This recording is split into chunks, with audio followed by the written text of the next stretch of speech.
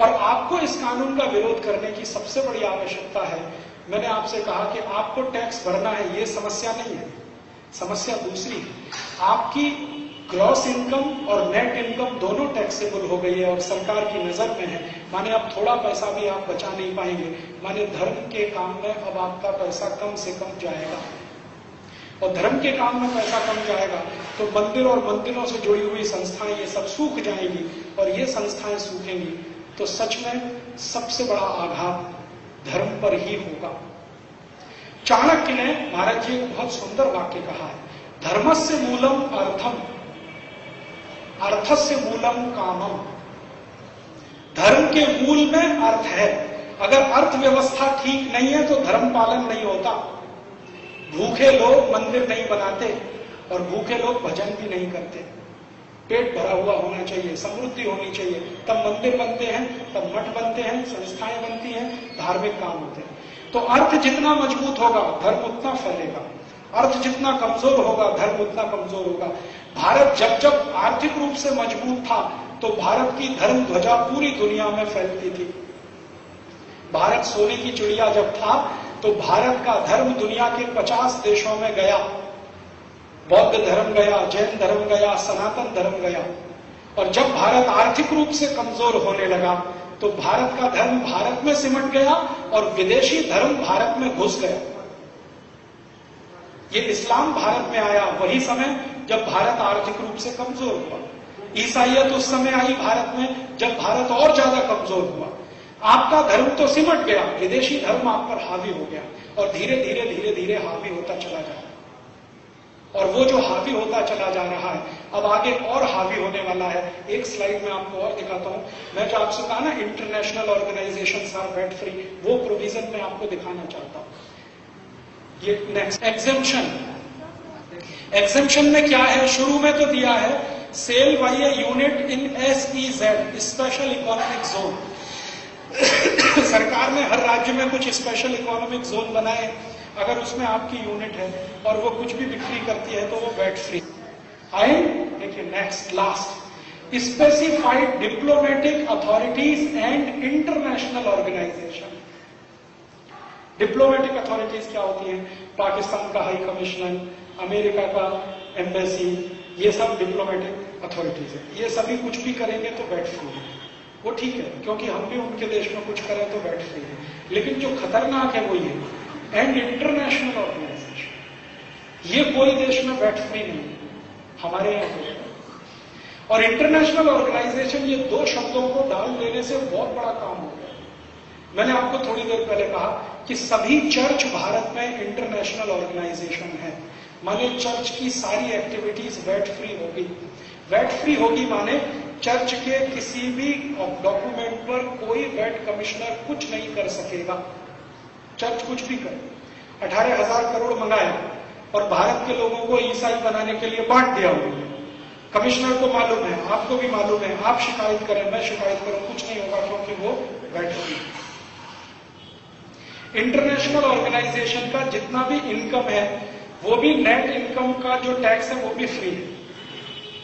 जैसे मैं आपको बताऊं ना, American embassy, American embassy Bharat में, भारत जी सबसे बड़ा प्रॉफिट मेकिंग इंस्टीट्यूशन है, सबसे बड़ा प्रॉफिट मेकिंग इंस्टीट्यूशन। कारण क्या है? लाखों वीजा एप्लीकेशन हर साल वहां आते हैं और 90% उसमें रिजेक्ट होते हैं। रिजेक्शन के बाद वो फीस वापस नहीं करते। आपने जो वीजा एप्लीकेशन फीस भरा है वो कभी वापस नहीं करते। मैंने पिछले साल महाराज ये हिसाब जोड़ा था, जितने एप्लीकेशन भारतवासियों ने अमेरिका में वीजा के लिए दिए उन पर जितना फीस उन्होंने दिया 2000 करोड़ रुपए लास्ट ईयर, और 2000 करोड़ रुपए टोटल टैक्स फ्री इनकम है अमेरिकन एम्बेसी की। अमेरिका की कोई कंपनी से भी ज्यादा नेट इनकम अमेरिकन एम्बेसी करती है इस देश पर, क्योंकि हिंदुस्तान में सबसे ज्यादा पागलपन है अमेरिका जाने के लिए। और अमेरिकन एम्बेसी हर साल 2 साल में फीस बढ़ाती जाती है, हर साल 2 साल में फीस बढ़ाती जाती है, हर साल 2 साल में फीस बढ़ाती है। और जो भी फीस लेते हैं डॉलर्स में लेते हैं, रुपए में स्वीकार नहीं करते। तो आपकी बेशकीमती विदेशी मुद्रा एप्लीकेशन फीस करने में ही हजारों करोड़ रुपए नाश होती है हर साल। तो वो पूरी एक्टिविटी इनकम टैक्स फ्री है। अब उसी से जुड़ी हुई कोई भी दूसरी एक्टिविटी वैट फ्री है, माने उनकी ग्रॉस इनकम भी टैक्स फ्री है, नेट इनकम भी टैक्स फ्री है। तो इसका मतलब क्या है, उनकी सारी इनकम टैक्स फ्री है, तो वो अपनी इनकम ज्यादा से ज्यादा बढ़ाएं और ज्यादा से ज्यादा उस इनकम का भारत देश में धर्मांतरण में इस्तेमाल करें, मतांतरण में इस्तेमाल करें। आप कुछ नहीं कर सकते उनका, वो करेंगे और आप हाथ पे हाथ धर के बैठते रहिए। ये सबसे खतरनाक पॉइंट है इस वैट का। और आप जानते हैं अभी थोड़े दिन से हमारे देश में एक बहुत बड़ा अभियान चल रहा है, शंकराचार्य के मठ पर सरकार कब्जा करने जा रही है। कामकोटी कांचीपुरम शंकराचार्य जी के मठ पर सरकार कब्जा करने की पूरी तैयारी कर चुकी है और उसके लिए उनके खिलाफ चार्जेस लगाए गए हैं। 2000 पेज की चार्जशीट फाइल की गई। मैं शंकराचार्य जी के मठ में पिछले 6 साल से जाता हूं और उनकी सभी गतिविधियों में बहुत नजदीक से शामिल हूं। शंकराचार्य जी का जो मठ है कामकोटी कांचीपुरम, इस मठ को हर साल 5000 करोड़ रुपए डोनेशन आता है। 5000 करोड़ रुपए डोनेशन आता है। शंकराचार्य जी को एक बार मैंने पूछा, ये डोनेशन का मैक्सिमम इस्तेमाल कहां होता है? तो उन्होंने कहा सबसे ज्यादा मैं इसका पैसे का खर्चा करता हूं उन गांवों में जहां पर गरीब हिंदू ईसाई बन गए। तो वो क्या कर रहे हैं, शंकराचार्य जी दक्षिण भारत के गांव में जो ईसाई बने हुए हिंदू हैं उनको वापस हिंदू बना रहे हैं, उसमें उनका सारा पैसा खर्च होता है। 5000 करोड़ हर साल वो खर्च करते हैं। मैंने एक दिन कहा शंकराचार्य जी को, ये तो बहुत बड़ी रकम है जो आप खर्च कर रहे हैं। तो शंकराचार्य जी ने कहा तुमको मालूम है ईसाई बनाने के लिए 18,000 करोड़ खर्च हो रहा है, मैं तो उसका 1/3 भी नहीं कर रहा। तो वो करते क्या है, गरीब आदिवासी विद्यार्थियों के लिए निःशुल्क स्कूल चलाते हैं और उन स्कूलों में भर्ती होने पर फिर हिंदू बनाते हैं। उनके लिए स्कूल के सब खर्चे करते हैं, किताब, कॉपी, पेंसिल, खाना पीना, कपड़े सब देते हैं। फीस भी वही भरते हैं।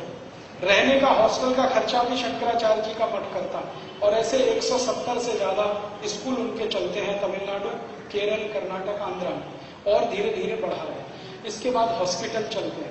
उन हॉस्पिटल में निःशुल्क चिकित्सा की जाती है ऐसे लोगों की जो गरीब हिंदू थे, आदिवासी हो गए हैं, वापस हिंदू बनने को तैयार है, उनकी वो निःशुल्क चिकित्सा कराते हैं। इस सब में खर्चा होता है। सरकार चाहती है वो सब बंद हो, क्योंकि जो क्रिश्चियन इंस्टीट्यूशंस हैं उनको ये बर्दाश्त नहीं, क्योंकि शंकराचार्य उनके सामने खड़े।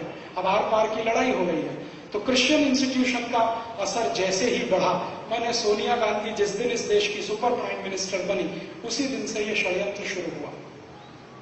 इसके लिए तरह तरह से कोशिशें चल रही हैं। एक तो सीधे उनके ऊपर चार्ज लगाओ, उनको जेल में डालो। चार्ज प्रूफ नहीं हुआ फिर भी जेल में डालो। और जिनके ऊपर चार्ज प्रूफ हो गए हैं उनको कैबिनेट मिनिस्टर बना के बिठा लो। शिबू सोरेन 78 मर्डर किए हैं शिबू सोरेन ने, जिंदा जला दिया। 78 मुसलमानों को शिबू सोरेन ने जिंदा जला दिया झारखंड में। सबूत है, अपराध सिद्ध हुआ है, चार्ज प्रूफ हुए हैं, लेकिन आज तक वो छूटा हुआ है क्योंकि सरकार में मंत्री बन के बैठे। और अगर सरकार उसको अरेस्ट करे तो केंद्र की सरकार गिरे, तो शिबू सोरेन को मंत्री बनाओ, उसको सुरक्षा दो, और शंकराचार्य जिनका अपराध अभी सिद्ध नहीं हुआ उनको जेल में भेजो और पूरे देश में बदनामी कराओ।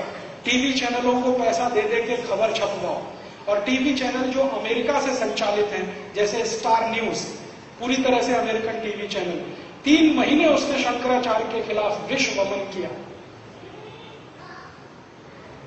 सत्य उसके विपरीत है। शंकराचार्य के ऊपर एक भी आरोप सिद्ध नहीं होगा जब सुप्रीम कोर्ट में मामला जाएगा। सुप्रीम कोर्ट ने भी ऑर्डर दिया है कि तमिलनाडु में कोई निष्पक्ष न्याय नहीं मिलेगा, इसलिए सारे मामले कर्नाटक में ट्रांसफर किए जाएं। उसी दिन जयललिता परेशान हो गई, क्योंकि उसे मालूम है दूसरी किसी अदालत में सिद्ध नहीं होगा। एक दिन सुप्रीम कोर्ट में शंकराचार्य जी का बेल एप्लीकेशन गया, उसी दिन स्वीकार हो गया, और हाई कोर्ट ने बेल एप्लीकेशन स्वीकार नहीं किया, क्योंकि हाईकोर्ट जयललिता के कंट्रोल में है। जयललिता सोनिया गांधी के कंट्रोल में है, सोनिया गांधी चर्च के कंट्रोल में है। और आप याद रखिए इस बात को, कभी भूलिए मत, अभी थोड़े दिन पहले पोप मर गया, पोप जॉन पॉल। हमारे देश में 3 दिन का राष्ट्रीय अवकाश हो गया। पोप मर गया, ठीक है, मर गया तो क्या करें उसका, हमसे क्या लेना देना उसका। वेटिकन सिटी 3 दिन का करे या 30 दिन का, हमें उससे क्या लेना देना। अमेरिका करे, यूरोप करे, क्या। हिंदुस्तान में 3 दिन का राष्ट्रीय अवकाश, पोप मर गया, जैसे हमारा कोई बहुत बड़ा धर्मगुरु मर गया। सुनील दत्त मरा तो 1 दिन का राष्ट्रीय अवकाश, पोप मर गया तो 3 दिन का राष्ट्रीय। और भारत का कोई भी बड़ा धर्मगुरु मरे तो किसी भी दिन का अवकाश नहीं। और उससे भी ज्यादा खराब बात है, पोप जो मर गया ना, हमारे देश में देखिए क्रिश्चियन इंस्टीट्यूशंस कैसे काम करते हैं। पोप ने मदर टेरेसा को संत की उपाधि दिया। आपको मालूम आधार क्या है? आधार ये है कि मदर टेरेसा ने एक बार किसी महिला के शरीर पर हाथ रखा और उस महिला का गर्भाशय का कैंसर ठीक हो गया। मदर टेरेसा में चमत्कारिक शक्ति है, इसलिए वो संत होने के लायक है। ठीक है, अभी ये साइंटिफिक है, ये साइंटिफिक है कि उन्होंने किसी के कंधे पे हाथ रखा और उसका गर्भाशय का कैंसर ठीक हो गया, इसलिए मदर टेरेसा संत होने के लायक है। ये 100% सुपरस्टिशन है, अंधविश्वास है, लेकिन भारत सरकार ने इसके खिलाफ कुछ नहीं किया।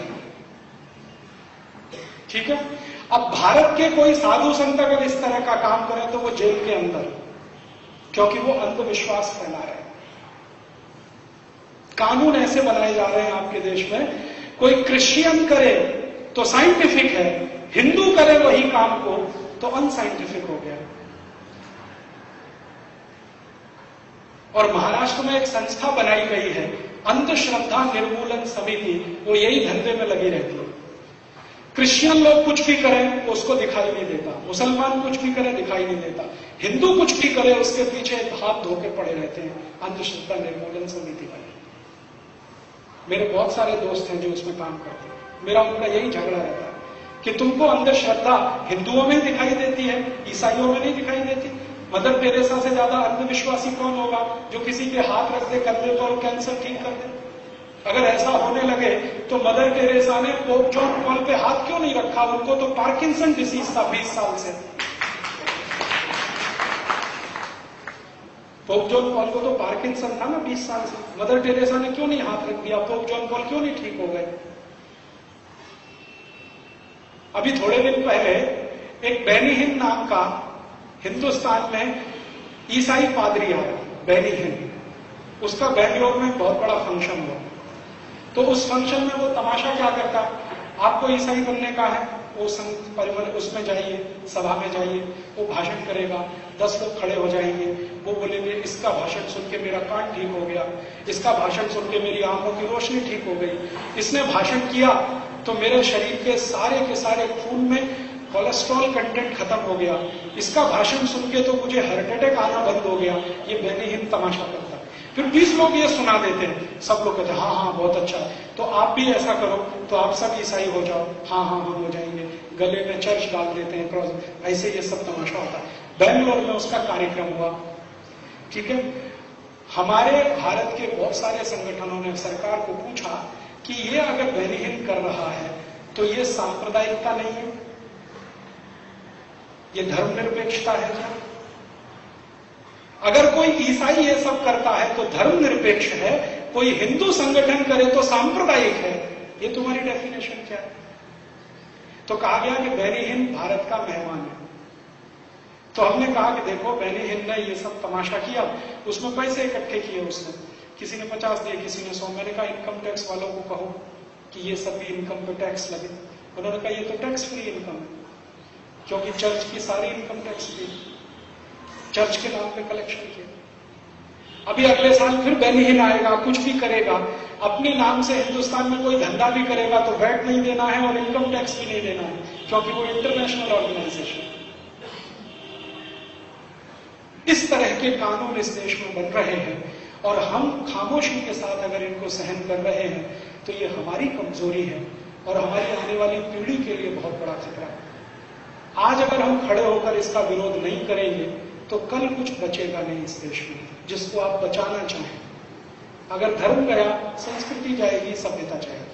और ये वैल्यू एडेड टैक्स का आक्रमण धर्म के ऊपर है, अर्थ के ऊपर नहीं है। मैं आपसे बार बार कह रहा हूं, क्योंकि अर्थ में क्या होगा, व्यापारी को टैक्स है ना, वो ग्राहक से लेके सरकार को दे देगा, उसमें प्रॉब्लम क्या है? थोड़ा बहुत रिश्वत ज्यादा देनी पड़ेगी, वो भी करेगा। हैरान परेशान तो वो रोज होता है, थोड़ा और ज्यादा हो जाएगा। परेशानी सबसे बड़ी है कि ग्रॉस इनकम भी टैक्सेबल हो गई, अब नेट इनकम भी टैक्सेबल हो गई। सबसे बड़ा खतरनाक बिंदु ये है इसका माने टोटल इनकम सरकार की नजर में है। अब आप कुछ छोड़ नहीं सकते, छुपा नहीं सकते, बचा नहीं सकते। माने डोनेशन के लिए अब आपके पास पैसे नहीं बचेंगे, माने डोनेशन अब लगातार कम होंगे, तो धर्म का काम कम होता जाएगा, मंदिर बनने कम होंगे, मठ बनने कम होंगे, धार्मिक गतिविधि कम हो जाएगी। महाराज जी कहेंगे पैसा लाओ, आप कहोगे है ही नहीं, सरकार ने ले लिया टैक्स में, कहां से दें आप? महाराज जी चाहते हैं जैन स्कूल बने, आप कहेंगे पैसे ही नहीं है, जैन स्कूल बनेंगे कैसे? तो इसलिए आपको इसका विरोध करना बहुत आवश्यक है। और